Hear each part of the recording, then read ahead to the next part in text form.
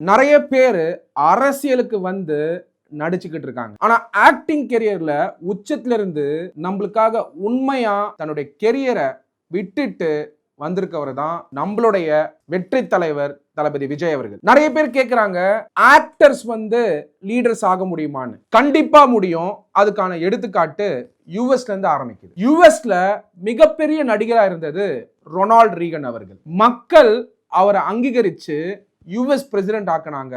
நம்மளுடைய தமிழ்நாடு அரசியல்ல திரைப்படத்துறையில social justice வரணும்னு, சமூக நீதி வரணும்னு பேசினது அறிஞர் அண்ணா அவர்கள். திரைப்படத்துறை வழியா சமூக நீதியை கொண்டு போய் மக்கள் கிட்ட சேர்க்க முடியும்னு நினைச்சது புரட்சி தலைவர் எம்ஜிஆர் அவர்கள். அவர் இருக்கிற வரைக்கும் திமுக பவர்க்கே வர முடியல.